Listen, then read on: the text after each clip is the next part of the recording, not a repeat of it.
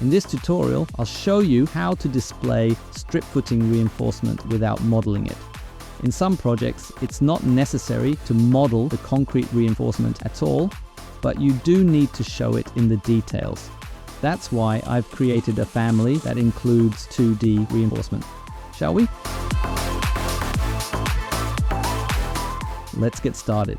I have this ground slab here, and I'm going to model a strip footing just right here by using the isolated structural foundation tool found in the Structure tab. I'm going to choose the SR strip footing family. This family comes with two versions according to the bar's diameter, either in the metric system millimeters or the ACI system in 1/8 of an inch. I'll use the metric system MS and place the beam on the slab.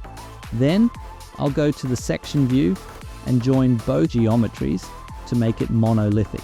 Remember, for them to join geometrically, they must have the same type of structural material. Now let's edit the family to add reinforcement. I'll select the beam and click on Edit Type. Here, we can modify the reinforcement according to our needs. We can change the number of top and bottom bars, show ligatures, or add trench mesh. As you can see, this reinforcement doesn't appear in my structural section. This is because the structural section has a medium level of detail. To see these details, it needs to be set to a fine level of detail. I'll hit Cancel here and move to this detail view, and now you can see the reinforcement. Let's verify that we can modify the reinforcement as we want. I'll select the beam again and click on Edit Type. First, I'm going to change the dimensions of the strip footing. I'll change the width to 400 millimeters, and we can see the reinforcing fits perfectly in the beam.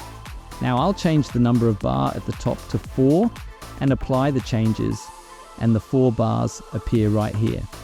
Let's assume I don't need any bars reinforcement, just trench mesh. In that case, I'll set the value of top and bottom reinforcement to 0, deselect the Show Ligatures option, and enable the trench mesh checkbox.